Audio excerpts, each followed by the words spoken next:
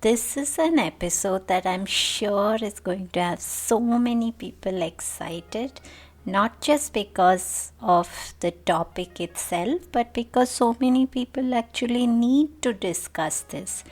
On episode number 29, I'm talking with my dear friend Alexandra Stockwell, MD, on intimacy and sleep. Alexandra is a relationship and intimacy expert, and she helps couples build beautiful, stable, long lasting, passionate relationships. She is the best selling author of Uncompromising Intimacy and the creator of the Aligned and Hot Marriage program. She's been featured in the Huffington Post, USA Today, Cosmopolitan, Business Insider, Fox News, and so many other publications. She's a wife of 24 years and a mother of 4, but she believes the key to passion, fulfillment, intimacy, and success isn't compromise, it's being unwilling to compromise, because when both people feel free to be themselves and know how to love and be loved for exactly who they are, the relationship is juicy, nourishing, and deeply satisfying. For over 20 years, she has shown men and women how to bring pleasure and purpose into all aspects of life, from the daily grind of running a household to clear and intimate communication to ecstatic experiences in the bedroom. So, what are you waiting for? I'm sure you can't wait to listen to this one, but just a quick reading out of another 5-star review from Mary Helene. Fantastic podcast on a subject so important yet at times ignored. Deepa chose such an important topic that is a non-negotiable yet not addressed enough. Deepa has an amazing knowledge on the subject, is able to present it from all different angles as well as connecting to great presenters, experts and speakers. I can't wait for her next episodes. Highly recommend listening to this podcast even if you think you sleep well. Welcome to the Sleep Whisperer podcast. I'm your host, Deepa. Join me and my many expert guests and medical professionals from the cutting-edge science of functional medicine of the West and ancient wisdom of the East. Learn all about how to discover your root causes of poor sleep and understand the proper tools and techniques to end your confusion and begin getting a good night's sleep. It's time to regain hope and begin your sleep journey with the Sleep Whisperer podcast.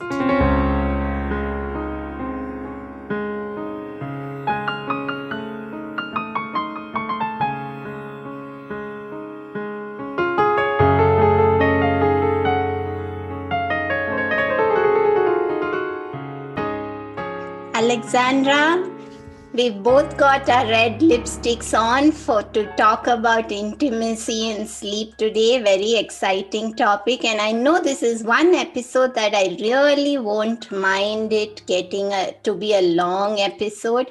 I think there's lots that we need to discuss today. Intimacy, sexuality, whole lot more. So stay tuned for a explicit and explosive episode.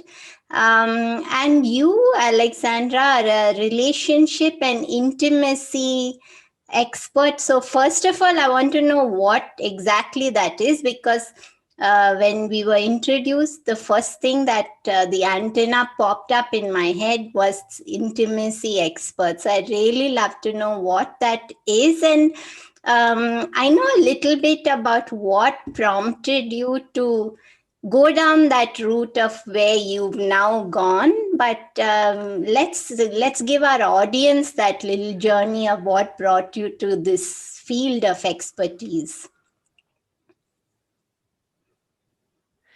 Okay, beautiful. I'm so honored to be here. And it's so funny because, of course, the two things that happen in beds are sleeping and sexuality.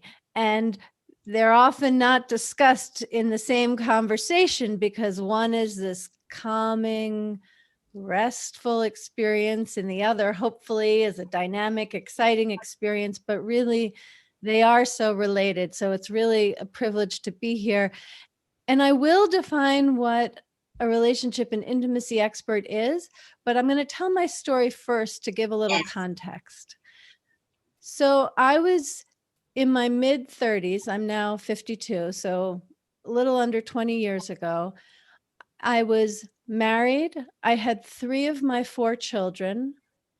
I had no debt, and I was a very happy family medicine doctor. I had a small holistic practice, and I loved practicing medicine and serving people in that way. My husband is also a physician. He still practices medicine. So I'm in my mid 30s. Maybe I'll add to that each of my parents had died. And so I was the oldest person in my family at this time in my direct line. And I had been working very hard for many years in order to achieve this goal. And I thought that I would have some sense of real satisfaction. I found the man whom I love. I have wonderful children. I love my career. I'm successful. I have put so many hours of study into being an accomplished holistic medical doctor, but I didn't feel satisfied and like, oh yes, this was worth all of that. And now I have another 40 years to enjoy this life I've created. I didn't feel that way. And in the United States, where among physicians, especially, burnout is a very common phenomenon, when I'm interviewed by an American podcast host, I'm often asked, oh, did you feel burnout? And the answer is no, not at all.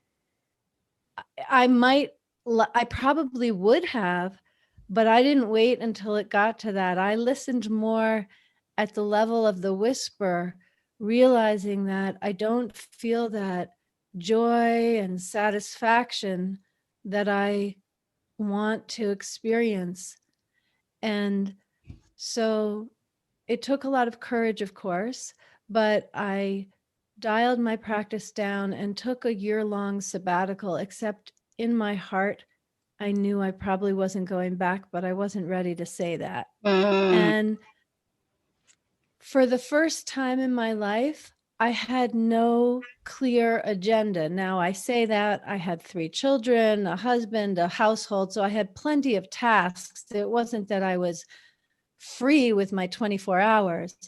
Within the time that I had discretion over, I had no agenda and I felt open. It was amazing. I took walks, I took some dance classes, I did some spiritual trainings, and I gave myself permission to just do what I felt like, which I had yearned for previously. But once I had that time, I wasn't really sure how to proceed. I knew I wasn't looking to be indulgent. I was just looking to reconnect with authentic desire without any kind of societal ambition. So one thing led to another. I gave myself permission to do things that made sense and some things that didn't make sense while respecting the life I'd created. And eventually I got to where, for myself and my own marriage, I really wanted to expand and enjoy my sensuality, my sexuality. I knew how to enjoy sleep. I wanted to really enjoy the rest of what happens in a bed. And so I took a training which happened to double as a coach training, but I didn't even know what a coach was at the time. And I was just there so that I could experience more pleasure, enjoy my own body, learn how to connect with my husbands. I knew the poetry, and Rumi and others who describe such beautiful things about what can happen when 2 bodies merge. And I wanted to experience that. So I learned how, and I've now been married for 24 years. Soon we'll be celebrating our 25th wedding anniversary. I have 4 children. and I have an extraordinary marriage. And once I learned how to do that for myself, I transitioned my work and career to showing others how to create lifelong passion. So, as an intimacy expert, I'm teaching individuals and couples how to have more emotional intimacy, more sensual intimacy, more erotic intimacy, really how to enjoy the relationships that you have in your life so that they are fulfilling and nourishing. And then you can sleep well and bring your purpose into the world.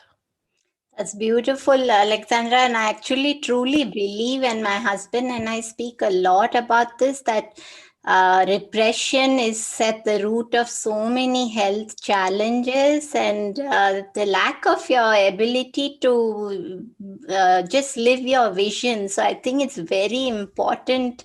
This work that you're doing needs to reach so many people. And I think all the more so in India. Do you practice virtually?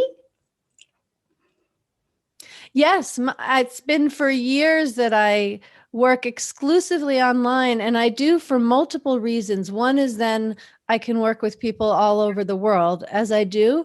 But the other is that when I'm working with individuals, it's less of an issue. But when I'm working with couples, I know what an honor it is and how much courage it takes for a couple to bring a third person Hmm.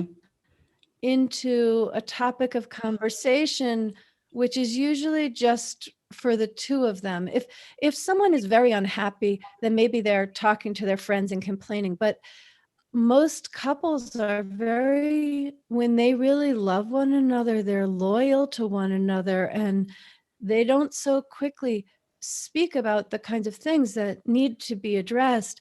And so I have to say that I love working virtually because then the couple is in their home, they're with themselves, they're in their own space, and it's very intimate to talk on Zoom, but I still am kind of in a metaphysical sense, I'm still outside the relationship, which is where I want to be. But through Zoom, I can be very connected and have these conversations about very intimate topics.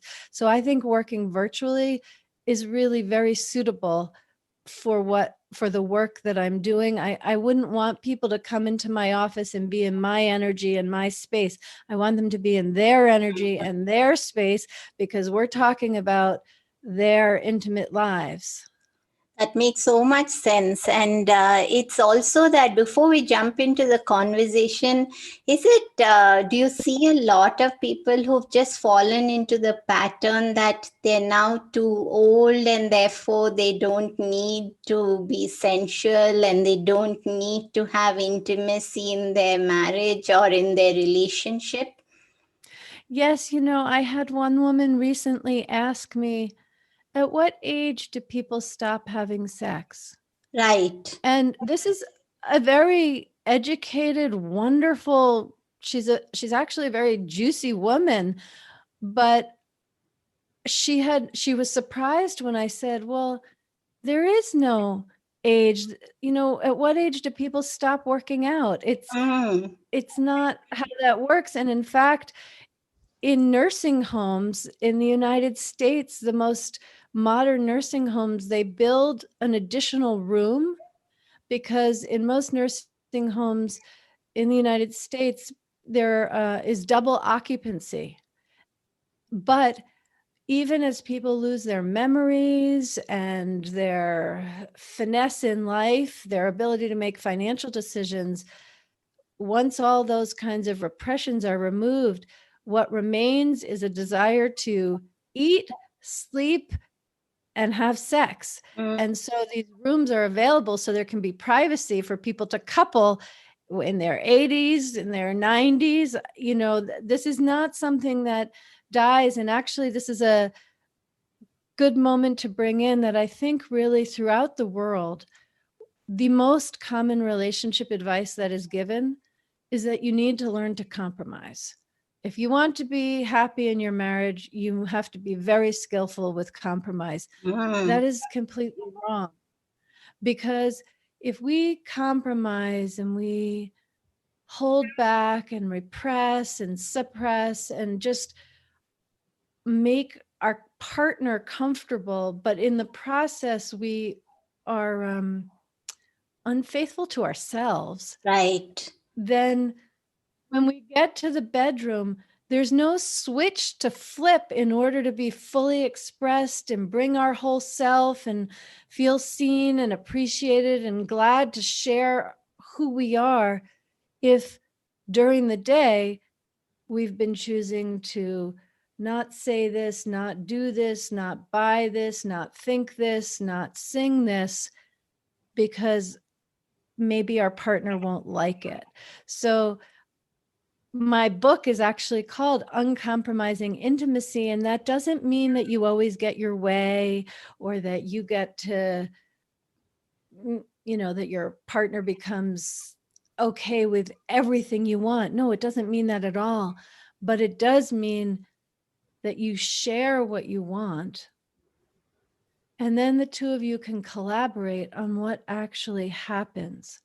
But you're not holding a part of yourself outside the relationship. That's really what compromise is. And in being uncompromised, we bring all of ourselves, and then we can create what works for both of us. And that really sets up success in the bedroom, because it is just so hard to open our bodies when we've needed to close parts of our souls.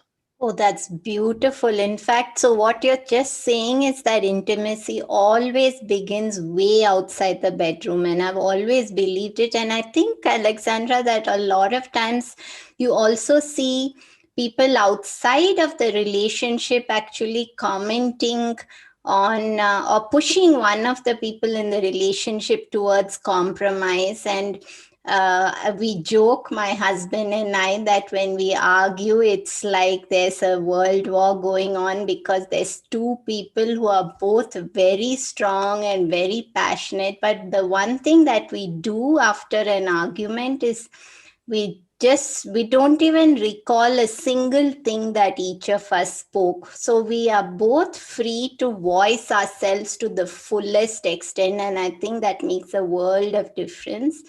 But I do notice people outside of our relationship commenting on that fact, especially as an Indian woman. I'm expected to keep my voice a little low and a little down, and that never happens. So that's a beautiful thing. But coming back to sleep and sensuality, that recently I heard a friend talking about, a lot of friends commenting on snoring and how it's impacting their sleep, and they've resorted to putting on earplugs because there's no other way. So when I said, how about just sleeping in two different rooms, and then they spoke about no one wants to give up the master bedroom. And I know you have a lot to talk about this. So when it comes to sleep, are there some unique challenges that actually impact couples, and what can they actually do? Is there an ideal way, or is it unique to every different relationship? Well, I do believe that what makes each relationship thrive is uniquely developed by the two people who are in it, but there are all kinds of general principles that can help guide it. And a lot of what I'm going to share, I don't know where else one would find this information. So it's very helpful to hear general information, either to apply it as I describe or to take it and make it your own. So in terms of the difficulty of sharing a bed, I think there are three main areas which are challenging, and we can discuss each one. Yes. Because it's helpful not to just, it can feel actually kind of helpless if it just is one big black hole of challenge. But if you can differentiate what the challenge is and what it isn't, that's already helpful in finding solutions. So the three main areas are when the two people have very different schedules, either because their work schedules are different, or because one is a night owl and one is just loves to get up early in the morning. And so the one who likes to get up early in the morning goes to bed earlier.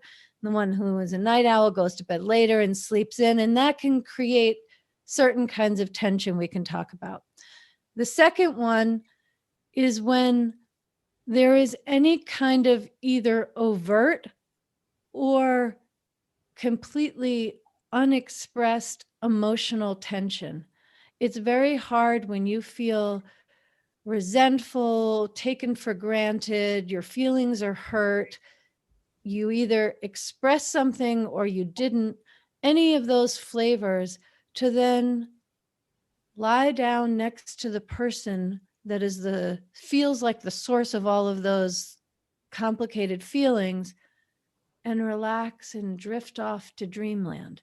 That is very challenging. So sometimes people say, don't go to bed angry, or you always need to make up before going to sleep. It's not that simple in practice, because feelings last past their logical shelf life. And so that's a second challenge. And then the third challenge is what I would put more in the physical realm of snoring, or when the person moves a lot in the bed and takes all the covers, and they have no bad intentions. They may be a very generous person when awake, but when asleep, not so much. Or talking in their sleep, or sleep apnea. I recently coached a couple where throughout the night, he stops breathing, and it is so scary for her, and she'll shake him so that he starts breathing again. This is a pattern with sleep apnea. And so she feels uncomfortable going to sleep in case he stops breathing and doesn't start again, and she's not there to start him up, and he's snoring loudly, and so it's hard for her to go to sleep. So there really are all kinds of physical things which you may have some beautiful suggestions for how to resolve them through nutrition and other interventions.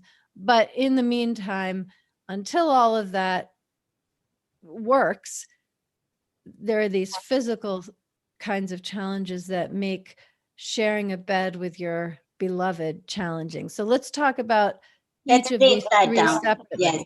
Yeah, let's break that down in detail, because I can think of so many people for each of these. So I think it's important that we dive a little deeper into each of them.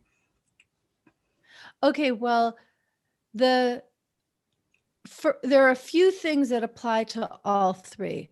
One is that one or both people in the couple usually have a story, a whole interpretation of what it means to share a bed together and what it means if they don't share a bed together. So as you referred to earlier, neither one wants to give up the master bedroom because the master bed, it may be more comfortable. It's a sign of power. And then the one who needs to leave is more of the accessory in the partnership rather than a core member because they have to sleep in the guest room.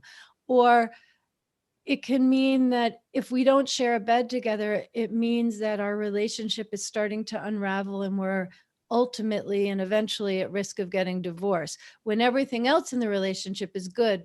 But if we don't share a bed together, it means the beginning of the end. Mm-hmm. There are all of these thoughts. And so I think it's just really important to identify what your beliefs are and see if your partner has the same beliefs. It may be that it doesn't mean any of that to your partner. Or maybe your partner has the same beliefs. And so it's very important that you can focus on getting enough sleep without it meaning all of these other things that aren't part of getting sleep. So that's the first thing, is just to kind of separate what is the truth and what are the stories, and together come up with a story that you feel good about. So the story my husband and I have, which we actually learned from the woman who gave a childbirth preparation class. And so that in that context, it was talking about sleep when you have an infant.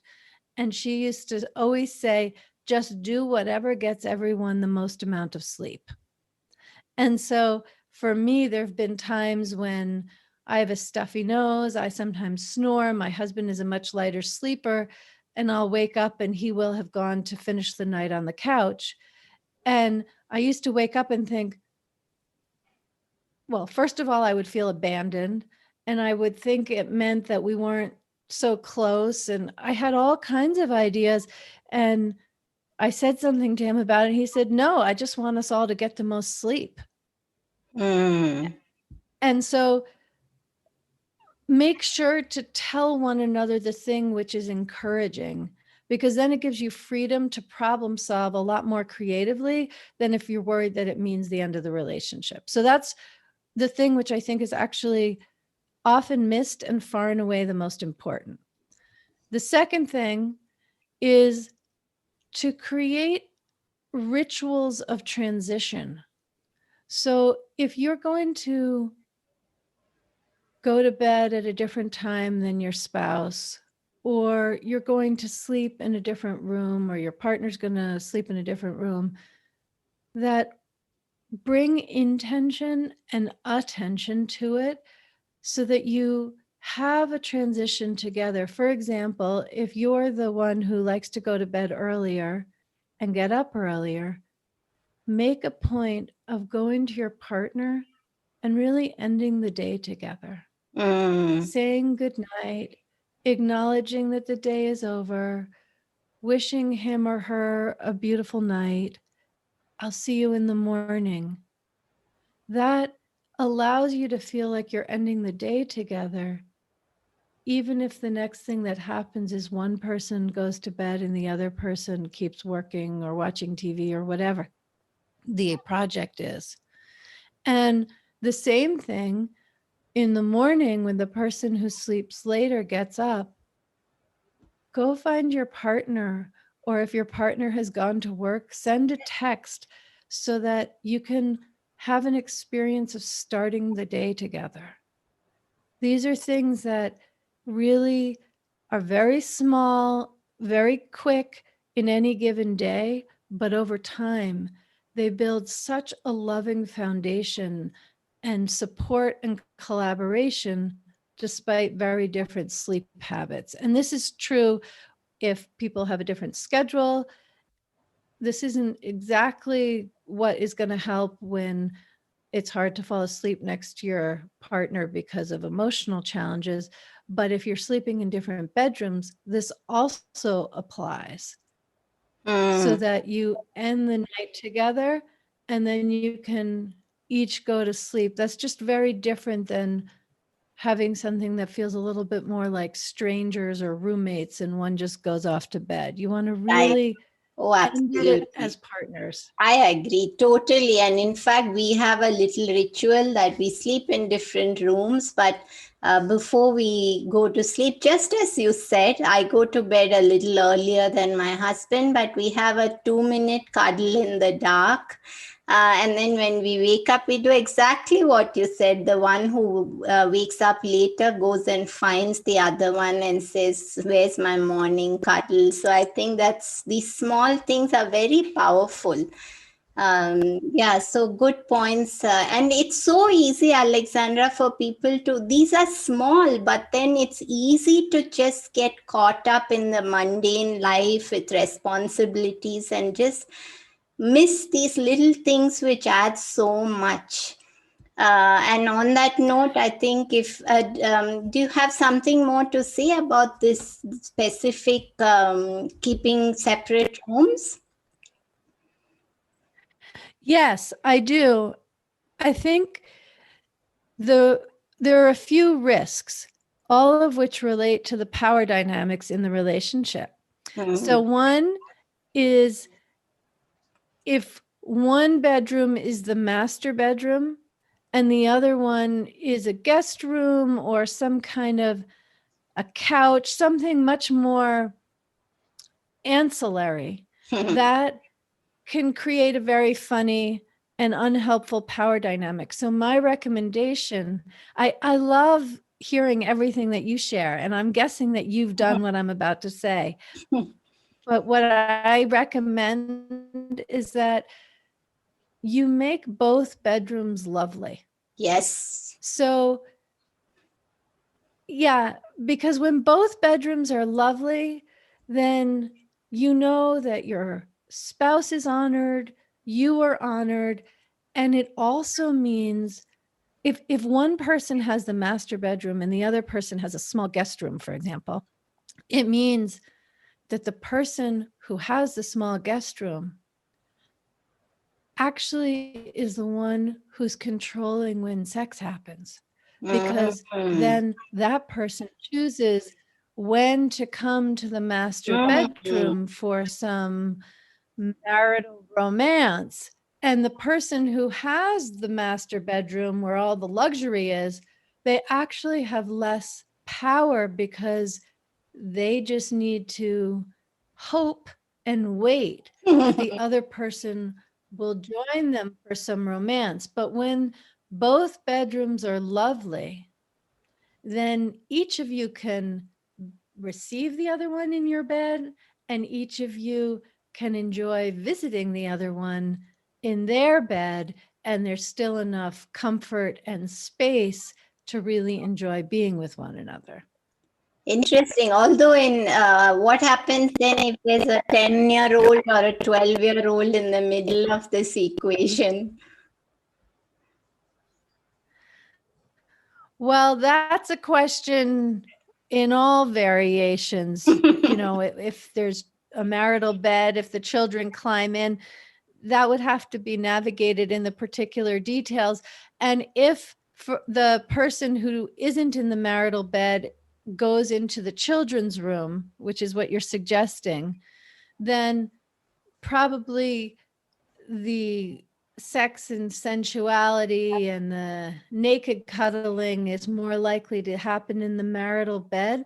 But the thing to really strive for is that both people are really collaborating on when that happens. So that, because otherwise the person who's left in the marital bed is at risk for feeling rejected, or that they have to put on a whole seduction scheme.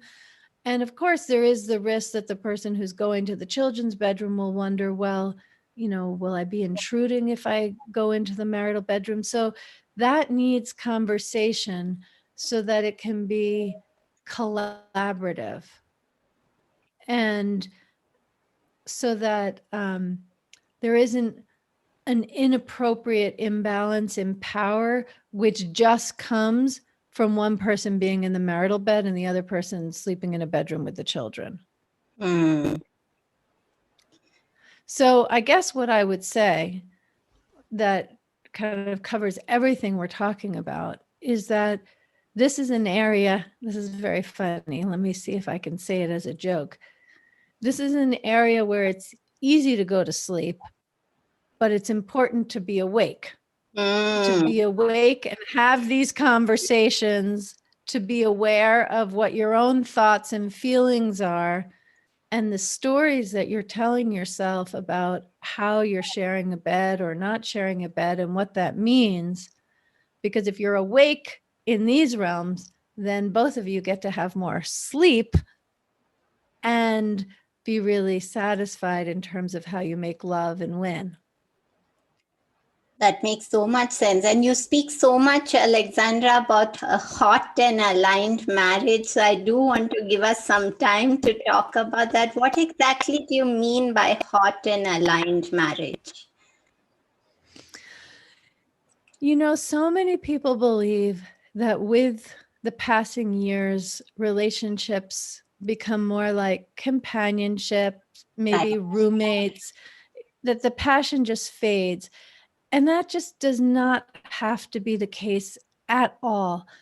In fact, as humans, we are mammals, and mammals learn through imitation, and we have very few role models of what it looks like to have a really juicy, passionate relationship that is long lasting. And so when you have passion and joy and purpose and meaning, and both of you continue to grow individually and together, I call that an aligned and hot marriage. And the reason I call it that is the alignment is so important. The word alignment really points to each of you being true to yourselves in a way that is connected and resonant with one another. And when you accomplish that, well, the heat comes naturally. It's not a matter of finding some new sex positions or mastering the Kama Sutra. That's not necessary. I agree. I'm not against that. Oh, yes. But it's not necessary. Yes. Oh, absolutely. It's more that when you are really growing and exploring who you are and true to yourself and revealing it, and your partner is doing the same, there is an alignment, a congruence, and a resonance that just radiates into the realm of passion as well.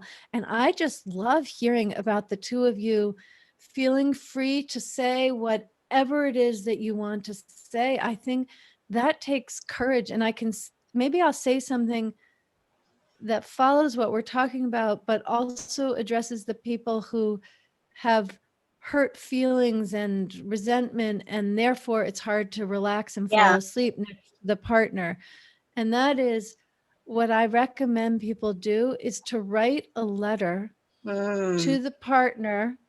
You're never going to give it to them, but give yourself permission to fully express everything. I usually call them I hate you letters.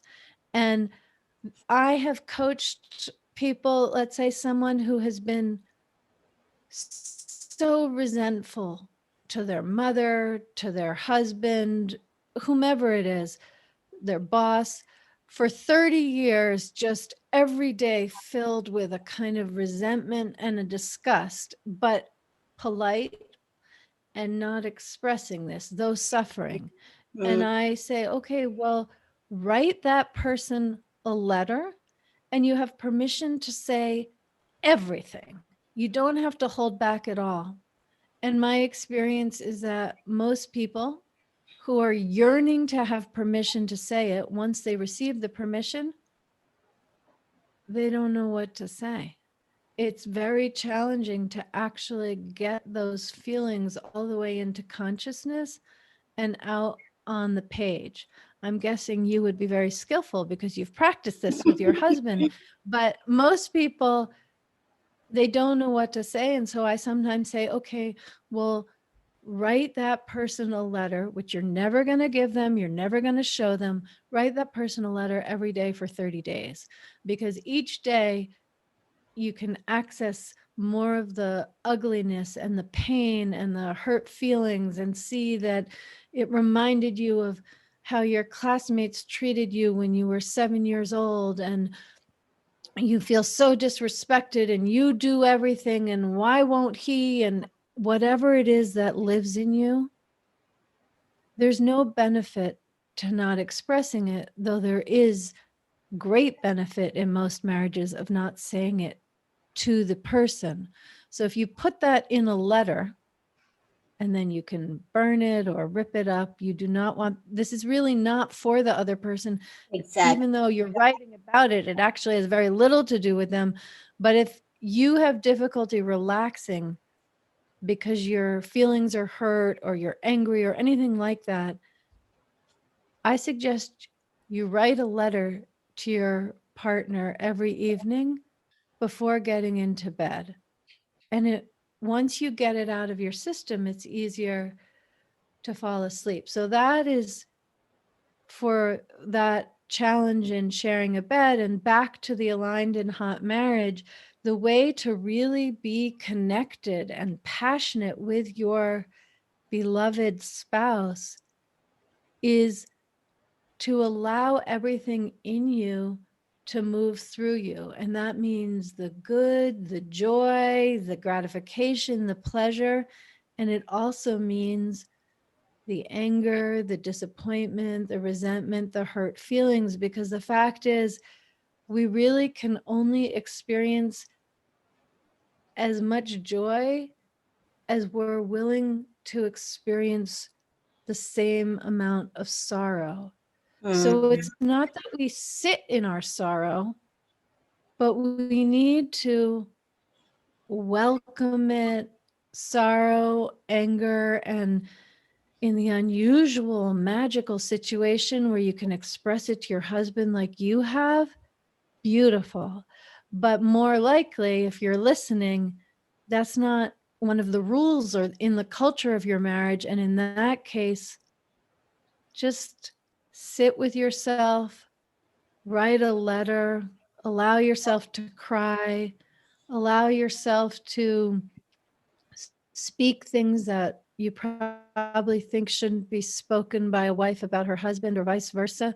And just do it by writing it down or in privacy. I've had times where driving in my car on the highway, I scream some of the ugliest things I've ever said, but no one hears it, especially on the highway. I wouldn't even do it on a parked car because then it could be heard. But in order to have an aligned marriage, in order to experience uncompromising intimacy, it's just so important to allow the darker sides of us to move up and out, because suppressing them means we're carrying them around with us. They don't just fade away with time. We need a way to get them out. And often, just like after a good long cry, it's easier to fall asleep once we do Yeah, it. absolutely. But I do want us to talk a little bit about the actual juicy parts of our conversation, which is intimacy just sexuality? Is it a whole lot more? And how does intimacy actually support better sleep? Well, it's easy to have sex without intimacy, for sure. Yes. And I think many couples do, and I don't really even want to say that much more about it, other than to be clear that it is very, very common in marriages. And there's nothing wrong with you if you're listening and that's your situation. And having a fantastic relationship is a learnable skill, and having passionate, magnificent, extraordinary sex is also a learnable skill. And I think sometimes people think, well, I just married the wrong person, or I'm too old to learn this now. Neither of those things are true. There's very little education. It's the main reason that I do the work that I do, is because I think it's so important. And where else is someone going to learn this? But it really, I think of myself probably as a teacher more than anything else, because these are learnable skills. So let's talk about what that looks like. The first thing, when it comes to sex and sensuality and passion and pleasure, is that particularly for women, we are trained both with words and implicitly to pay attention to our husband's experiences. And for that matter, some men are trained to use sex as a way to give their wives pleasure too, but not as many men are trained that way as women are trained to prioritize. And we learn how to handle a man's genital organs without ever really learning how to honor our own female genital organs. And so the first step, the essential, courageous first step in having absolutely wonderful sex, is in bringing our attention to our own experience and giving ourselves permission to feel whatever we're going to feel. not to fake pleasure, not to deny pleasure, but just the first step is just to pay attention. If you're having sex with someone you're married to, are you enjoying it? No, and I'm sure a lot of people will be cautious to even think about these things because it goes against that feeling of loyalty to the relationship.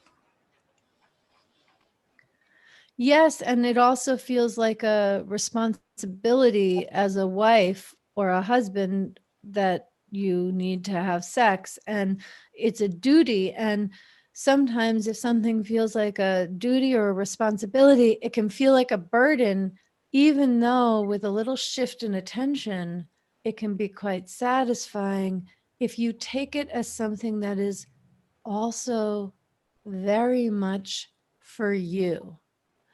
So the first question, which I think people immediately know the answer, it's just that it takes courage to ask the question, am I enjoying this?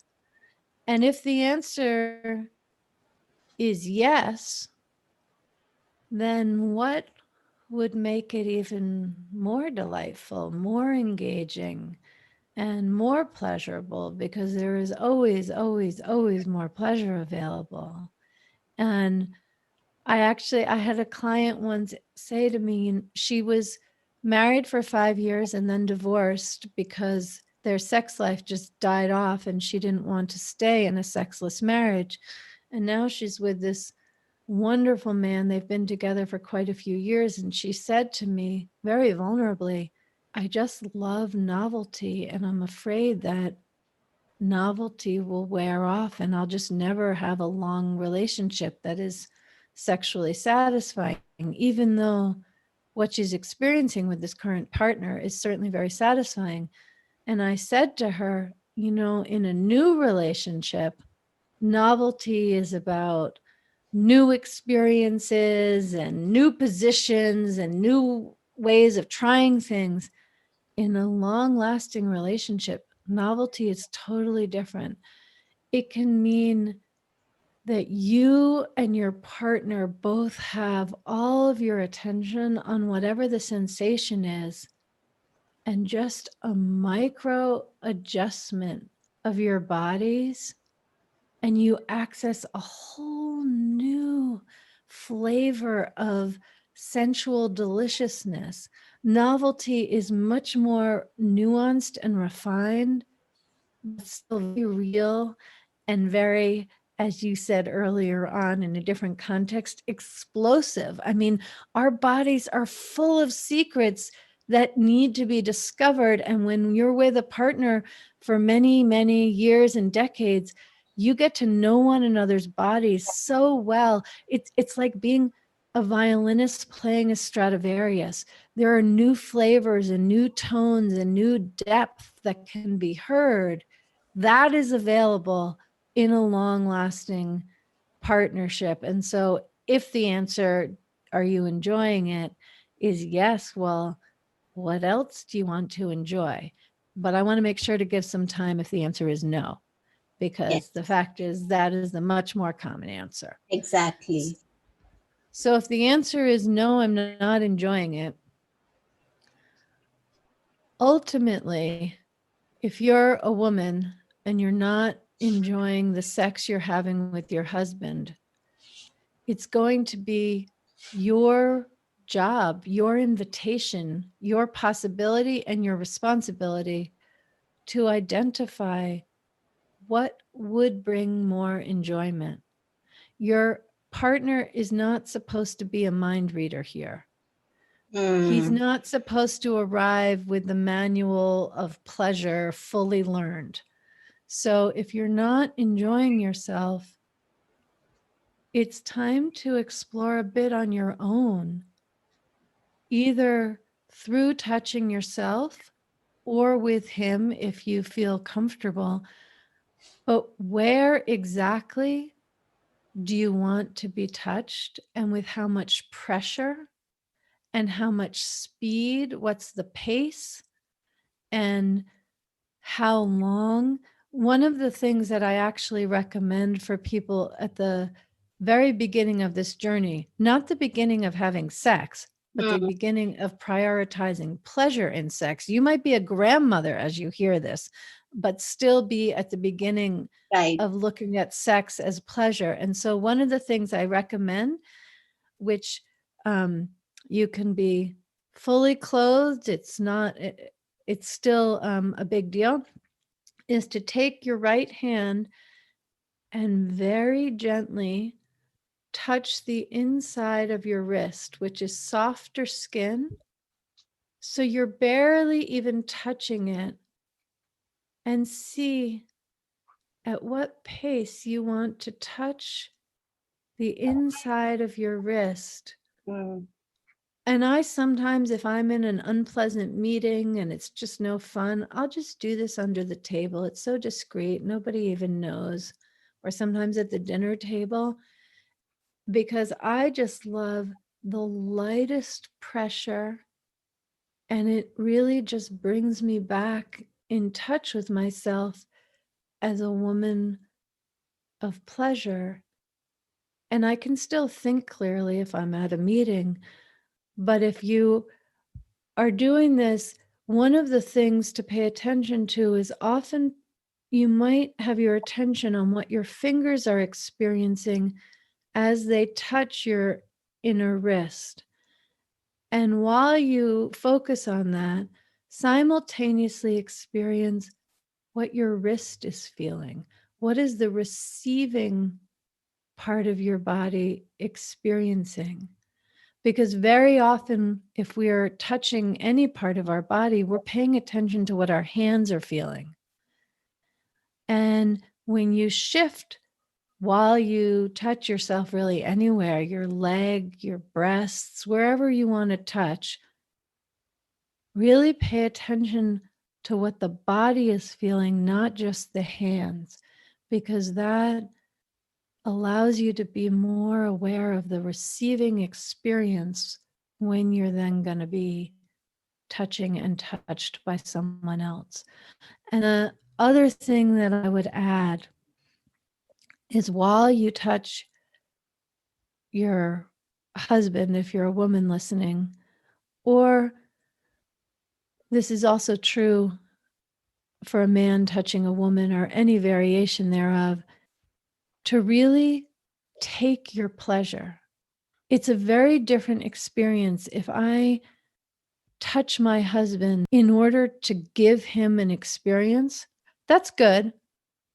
But you know what he loves more is when I'm touching in a way that brings me pleasure, so that that experience is for me as much as it is for him.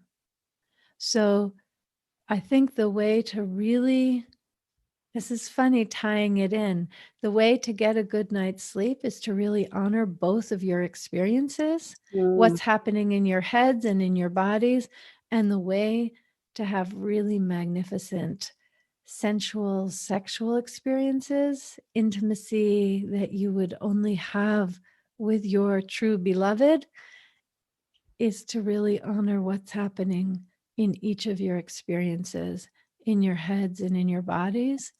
Because when you're each doing that, what can happen between the two of you is really quite extraordinary. That's a very sensitive approach, Alexandra. And what you're saying is you've brought us so beautifully from emotions to sensuality to sleep.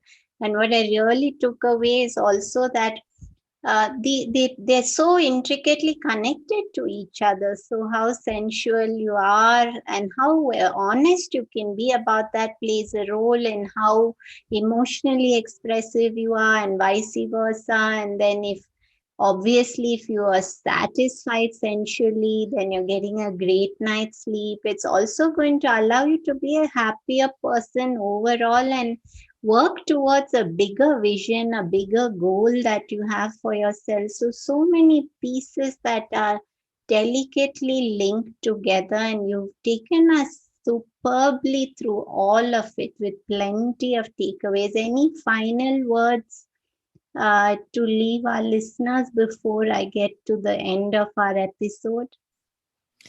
Yeah, I have two things.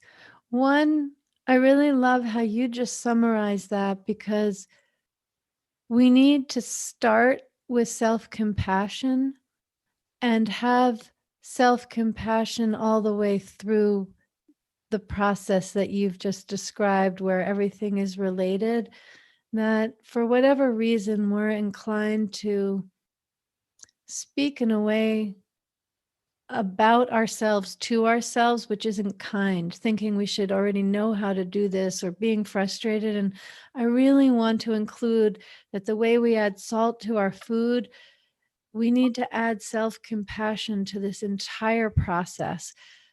The beginning, the middle, and all of the luscious results are just filled with self-compassion in order to experience this. That's one thing. And then the other thing is that I know that what we've spoken about is probably imaginable and understandable, but the question is how to begin.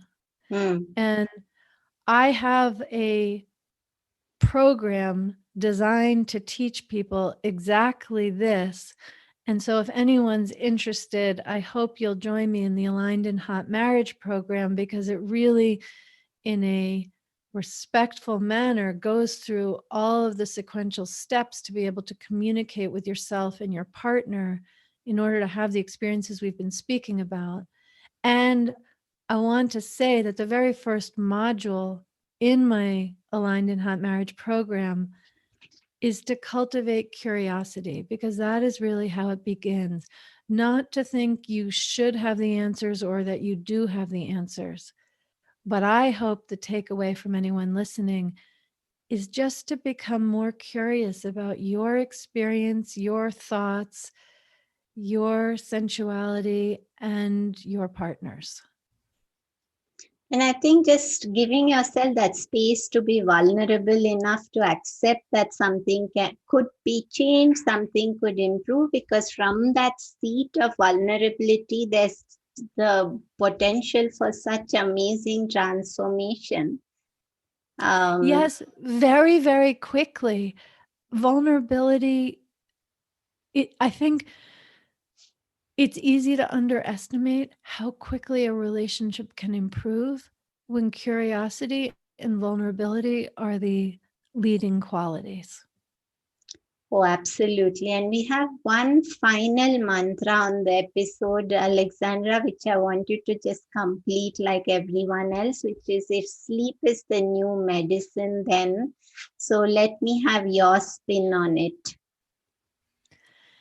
If sleep is the new medicine, then we have the energy to live our lives in fullness, pleasure, and kindness.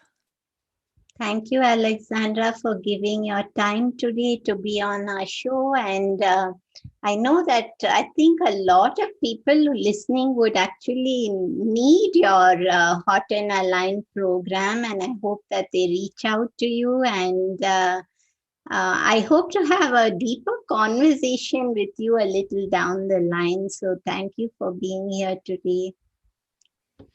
Thank you so much. It really is a pleasure to talk about these things which don't come up in conversation enough and are so important to all of us. I totally agree. And on a parting note, I must add, Alexandra, that my husband and I, we also are long-term yoga teachers, and there's so much we can actually now look at a person and tell right away if there's repression, and you can see the repression spilling over into so many areas of life, as emotional frustration, as the inability to focus. So I think that yours is a great tool for, the beautiful thing is that obviously you are somebody who's far away and you'll connect with them on Zoom, and therefore there's also the added benefit of anonymity. So I hope they reach out to you and they do this. Beautiful. Thank you. everyone. I hope you enjoyed the show. Just a reminder that this podcast is for information purposes only. This is not a substitute for professional care by a doctor or otherwise qualified health professional. This information is provided on the understanding that it does not constitute medical or other professional advice or services. If you are looking for personal help on your health journey, do seek out a medical practitioner. Please do make your own healthcare decisions based upon your research and in partnership with your doctor or otherwise qualified healthcare professional. It is in no way intended as medical advice, as a substitute for medical counseling, or as treatment or cure for any particular health condition. Be sure to always work directly with a qualified health practitioner before making any changes to your diet or lifestyle that may feel out of your realm of comfort or understanding. If you are looking for an allied functional medicine practitioner, do seek out more information on www.phytothrive.com or www.sleepwhisperer.pro. It is important that you have someone who is qualified and understands your health personally in order to provide adequate care, especially when it comes to chronic health conditions.